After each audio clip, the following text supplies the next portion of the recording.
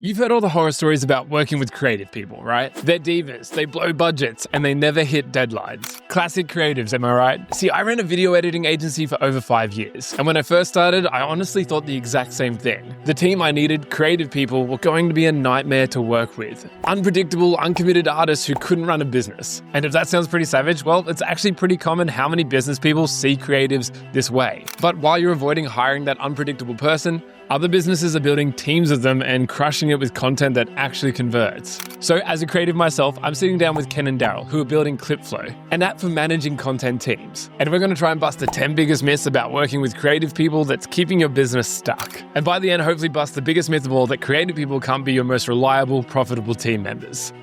Let's do this. All right, guys. Myth 1, analytical and creative people can't work together. Go, Daryl. Yeah, boiling it down to what I think you're getting at with this whole thing is like the creative mind is very sporadic. And if I was to turn the camera that way, you would see the half-finished / messy things going on. And my mind is the same way. And my work can sometimes be the same way. Assuming that that's what you're going with, can analytical and creative people work together? Creatives are analytical. They just don't direct their analysis quite often. Cool. And analytical people are very creative.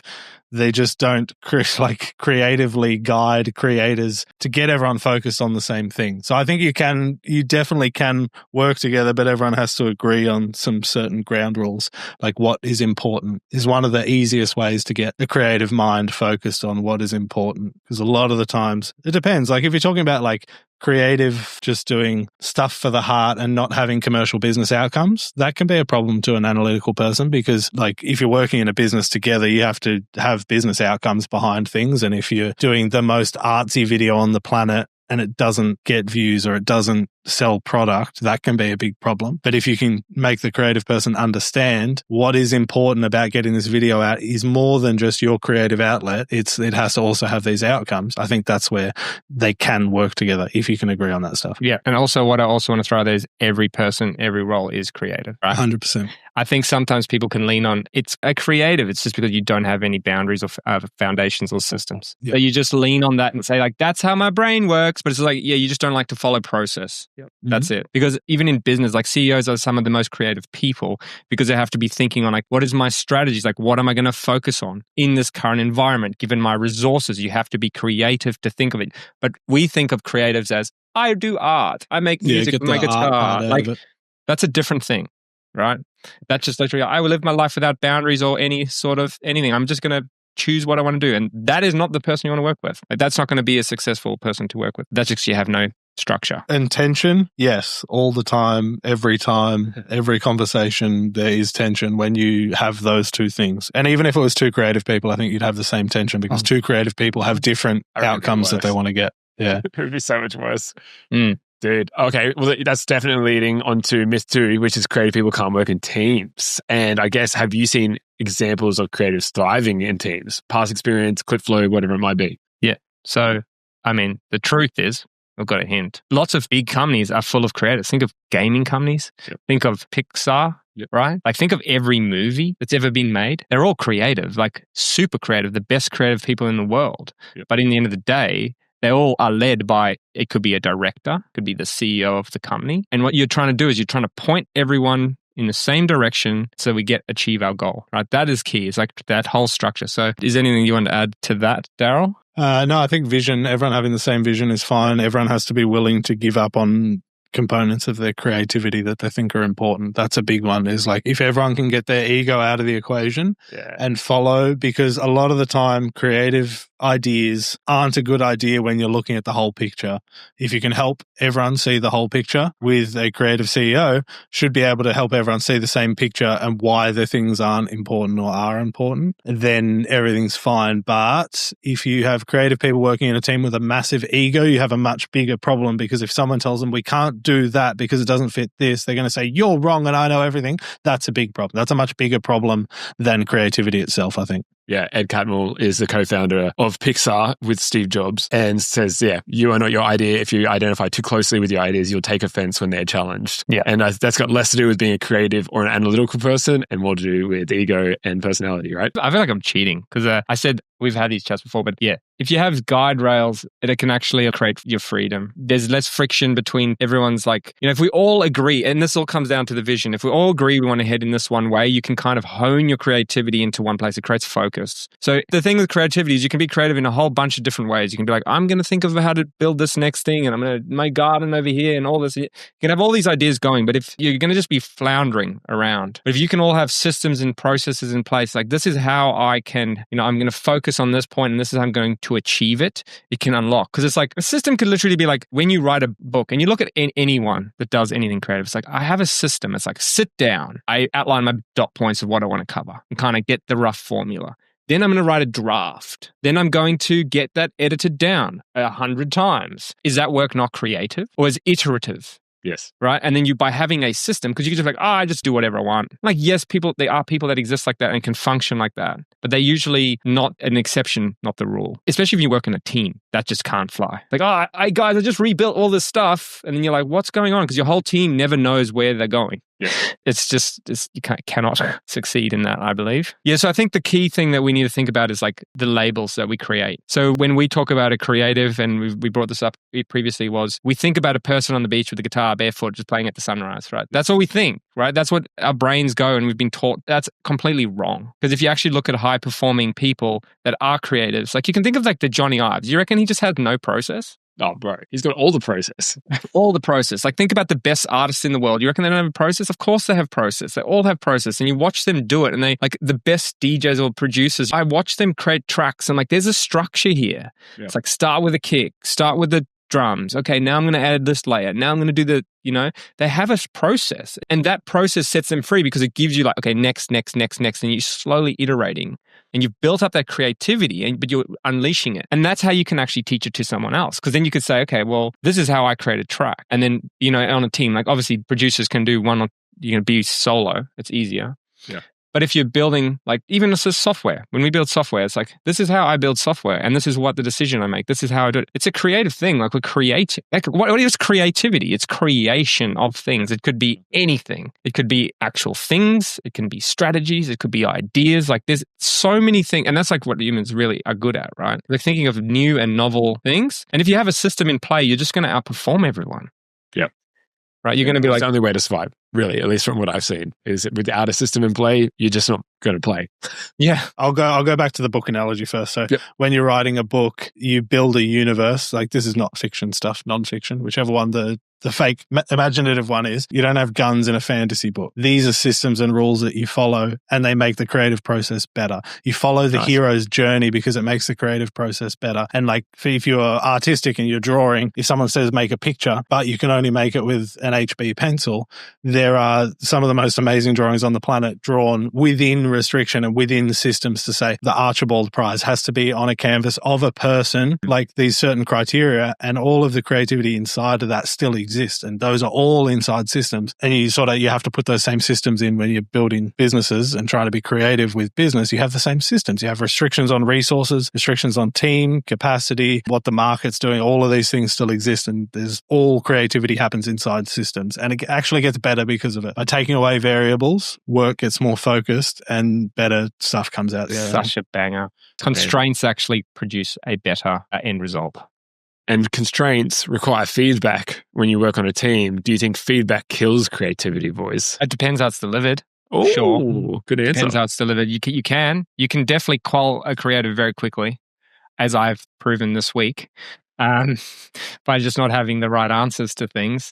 But I think it definitely can, like, feedback can kill creativity if you don't understand, but then you're probably not a good leader anyway, or you're still learning. So I think, you can do it, but it can also really, like, if you have a whole bunch of people that can jam, feedback is going to enhance creativity. Yes. You're going to get a better end result, right? Yep. So, that's my 1 cent on that. I think it falls back on the creative person receiving the feedback more than anything else. Because I know from my own experience, I have had my creativity crushed for good and for bad reasons a million times over. But the times that the creative with the idea, usually where the problem is going to come from is I don't want to talk about it. Like I can't be bothered to fight it.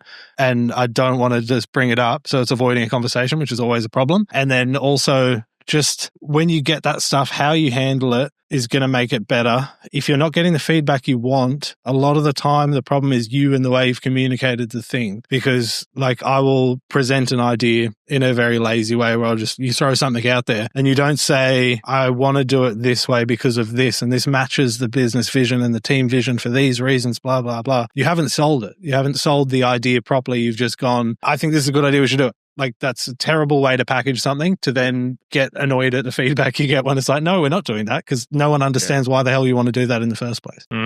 That's so. Yeah, that's freaking good. I love the quote. I love the quote. We have to read it. A hallmark of a healthy creative culture is that its people feel free to share ideas, opinions, and criticisms.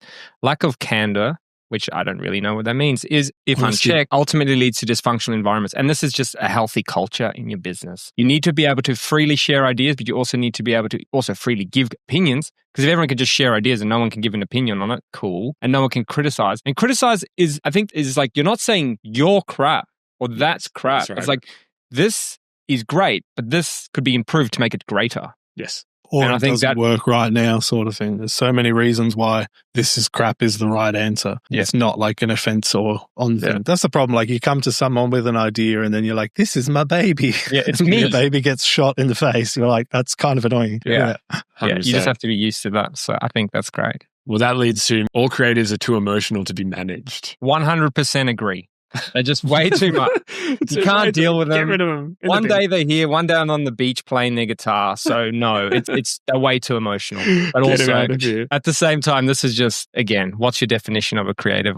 This whole idea is just nonsense. Yeah. It's absolute nonsense. Like a creative's too emotional. Who are we talking about? That falls back on the person. Humans are too emotional. Leader. Yes, that's right. Like it's built into us, and it's like, who do you select for that? And then how have they learned and grown up? That whole statement, creatives are too emotional, just chuck it straight in the bin. Yeah. It's not even relevant. I don't think it actually manages. Well, it's like the leader managing the person isn't doing a good job is what that comes down to. Creative isn't too emotional. The non-creative people are emotional too. So 100%. Yeah, it's just all about how you deal with them, and you probably just don't think about how you're dealing with them well enough. Yeah, and if you have that, probably don't have them in your team. Like if you're a straight shooter, it might be incompatible with your team. Yeah, it comes down to personality rather than whether they're a creative. You hired them, you chose that, you saw that. Yeah, ask better questions next time. Well, you can't measure creative work. Myth. Also untrue. Completely untrue. How do you not measure creative work? There's always going to be an output from any sort of work. Like if you're creatively thinking of strategy, if you create, like there's a strategy document at the end of it. If you're building a graphic, there's a graphic. If you're doing a video edit, there's a video. How do you not measure that? Yep. You can see the quality on how it performed. Like in this day and age, we have analytics for everything. How can you not measure it? I think it's super easy. Daryl, is there something that I've missed in that? No, even if you're a business owner or anything and you don't think you can measure the creative work, the only thing you can fall back on is even when it's subjective and it's only an opinion, it's not objective. There's no right or wrong to the creative work that's come out. You have to have a taste on it. You have to have a perspective on it, and you have to tell people whether or not that's good enough for what you're doing. Yeah. But also, just ship it. You know what I mean? Like, ship it, send it, and figure out if it works. Yep. The quicker you can make the decision, the better your business is going to be. If you go sit back and forth, this piece of art isn't going to hit in our ad, just send it. Just send the piece of ad creative. Send the video. Who cares? Yes. Just go and see what happens. As long as it's not damaging your brand, send it. Yeah. And figure out, make the decision faster. You see these things about posters in the walls, like, what's our next ad campaign? And the whole committee's on it. Like, just send it and see which one performs best. Yeah. Holding things too tightly, man. That's people just holding stuff. But it took me 3 months to make this ad. So, but it might not work. So you might as well find out as soon as possible. Yeah. Figure out. Why did it take 3 months? You should have done it when it was one week. Try and measure that's a business that. problem. Yeah, that's not a creative problem. All right. Creatives need a total freedom myth. Yeah. No. We've already touched on this and like how the fuck do you want your business to do? That's right. Go do What's the outcome? Yeah, do whatever you want and just see. Just spend the billions on the OpenAI guide and say go nuts. Look, great point. Real quick though, there is an element of freedom, perceived freedom there potentially, where it's like, hey, we've got a team together, create something, but there's a difference, right? So you can make a business case for that. Yeah. which is set up a creative team and let them go. Because I've thought about doing the same thing for our stuff, is like set up a shorts creator with their own channel and just let them go. Let them do whatever they want. You build them, you finance it, because there could be a business outcome at the end of that, which is let them go so that you can pick the good stuff and ingest it into the business for business outcome. There is a case for that, but creatives don't need total freedom and they don't thrive in total freedom either. I don't think any creative thrives in total freedom unless they're not in a business and they're like a director. It's like even a director of a movie. Think about how much not freedom you have. Limitations. You work with producers, you work with the limitations of the set, you work with so many things. I don't think there's any such thing as total freedom. Maybe people who are creating things who don't need money, they might have total freedom, but is that going to be satisfying? What are your goals and outcomes there? Yeah, but even what you said like total freedom to create a channel. You still don't have total freedom. You still have to create a channel. You still have to create a channel to get views. Like that is not total freedom. Yeah, no one has total freedom. Like I think we can't thrive because what it is, it's all about focus. It all boils down to that. It's like if you have unlimited options, unlimited freedom, you're just going to flounder around and do nothing. Yeah. Because there's no guidance. It's like even you said, I want to give a guy a channel or someone a channel for shorts. Like it's a very specific task. Yeah. Make this channel big. Like you don't have go paint to painting. Yes. It is a thing. It's paint to painting. Yeah. It's got to be a painting. It can't be a video. Yep. Like I just said to you, just do whatever. Like go. Yes. Like it's going to take you weeks to even figure out what the hell you want to do. And then you've created your own constraints. I always thought that there was like, that not enough freedom was a bad thing. Initially, we had a lot of creative people, devs, engineers in the last business, and we put them through very strict formats and processes, but really good work came out of it. And when they lost the same strictness, they all lost affinity to the business as well. So I was always like, we need to like just let people do what they like that. Yes, there's agency in you doing what you want, but it's also like all of those restrictions and rules and stuff actually make you operate in a really calculated way. Even if you're creative, and like all engineers are very creative, they have to solve problems. But once you're solving this problem and it has to be also within this thing, they get really enriched by that. And then we took it away, like the business was bought and we took that sort of strictness away and they all just lost interest so quickly.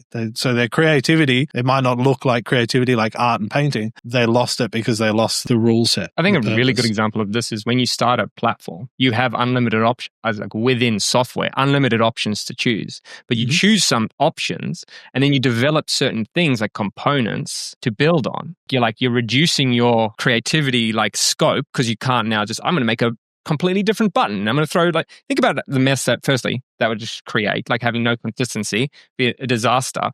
But then once you do that, you're able to move faster and create more because you've actually created boundaries. Like I'm like, this is what it looks like. That's what it is. This is the padding. I don't have to think about that every time. So I can just copy paste components and it's like, I can now move faster and create more. Like I'm creating more. They're within very strict boundaries. Yeah. And I created them myself because I started think about me. In the beginning, I was a one-man band. Why did I create restrictions on myself? Yeah. I had unlimited options. I could have done whatever I wanted. Then you very quickly, the quicker you can refine and put more boundaries in play, the faster you can actually move because you're just like going straight down one line. You're not trying to, maybe I'll try this. Maybe I'll try this. You just busted the next myth, mate, which is creativity means chaos. It can, but doesn't need to.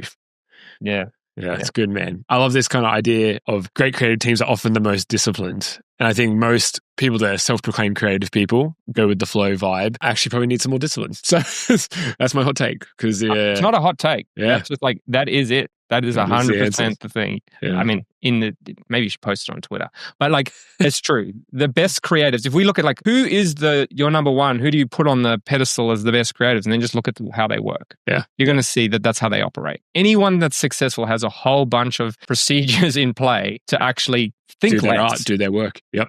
Think less about all the random stuff so you can focus on the stuff that actually makes the difference. Yeah, success has rules in any creative pursuit. And like, yes, people break the rules, but they only do it after they know and adhere to the rules for long enough to know why they need to break them. Yeah, great point. Great point. So creatives don't care about results. I'm going to jump in on this one. We freaking do. Because for us, it gives a little more purpose to making something rather than just throwing spaghetti at the wall. Even us throwing spaghetti at the wall, is with a purpose because we're looking for a result at the other side of it. What do you guys reckon? Same thing? Yeah, I think it's like name one person that doesn't care about a result. Like you can say like, I just send it and ship it, and then I never look at it again. Yeah. It's how you refine, like given results, feedback to then go and change your behavior so that the next time you do something, and this is if you're trying to get better. If you're not trying to get better and you're just like, I just want to send stuff into the world and I don't care. Cool. Show me a single 2-year-old that doesn't show a picture they've drawn to their parents. Yeah, looking for an outcome. The parent to say that looks good. Yeah. Yep. And that's all of humanity boiled down into that is like everyone wants to show their stuff to someone or be seen by someone. You can see it in like everyone who posts on social media, how burnt out they get when they don't get views is because people don't like what they're doing. Yeah. Like it is so important. It's always important, creative or not. You want people to like what you're doing. Yeah. It's just the way it is. If you're watching this, I hope you like what I'm doing. Make sure you let me know if you don't. Yeah, that's right. Comment below. Please let us know if you don't. I'd love that. Awesome. Just give us a comment. Roast. Technically still counts as engagement. So I'll take that. Guys, and the last one, almost, we can cut that out. I always say gays. All right, gays, please cut that out. Yeah, you're not wrong. All right, last one. And I think this is a good one because I think hopefully people watching this are trying to hire creative people for their team or people who are creative. Hiring creatives is about finding a genius. Yes, of course. That's why I've got Zach. Because we found we wanted a genius and that's what we got. So I mean, is that it? That's probably the only myth that's true. Yeah, good point. I do. I don't know. I don't know if anyone's a genius. Yeah, not like I don't consider myself a genius. What's a definition of a genius? Let's just jump back to that. Yeah, I don't have a definition for it. All I think is that hiring creatives is about finding a genius. Is more hire creatives that are going to work really well for your vision and your team and create geniuses because the genius is the one who has the best outcome for whatever the business or the team is. And those people might not look like a genius at whatever they're currently doing. They might not you might not be looking at them and be like, that's so amazing, but you can build that by steering them down the right paths and everything. And this definition here is an exceptionally intelligent person or one with exceptional skill in a particular area or activity. So this is finding a specialist. We could reword that and saying hiring creators is about finding a specialist. And look, if you word it that way, probably not wrong, right? Like you want to find people that are very good and more importantly, have a passion for that one aspect, right? So if they are passionate about it, they are going to become a specialist and they are going to focus on that and do really well. So maybe this myth is actually, I joked about it, but maybe it is actually true. So we want to find people that love their craft, that want to keep getting better, and then they can spread that kind of passion to the rest of the team. Yeah. And that is going to really help.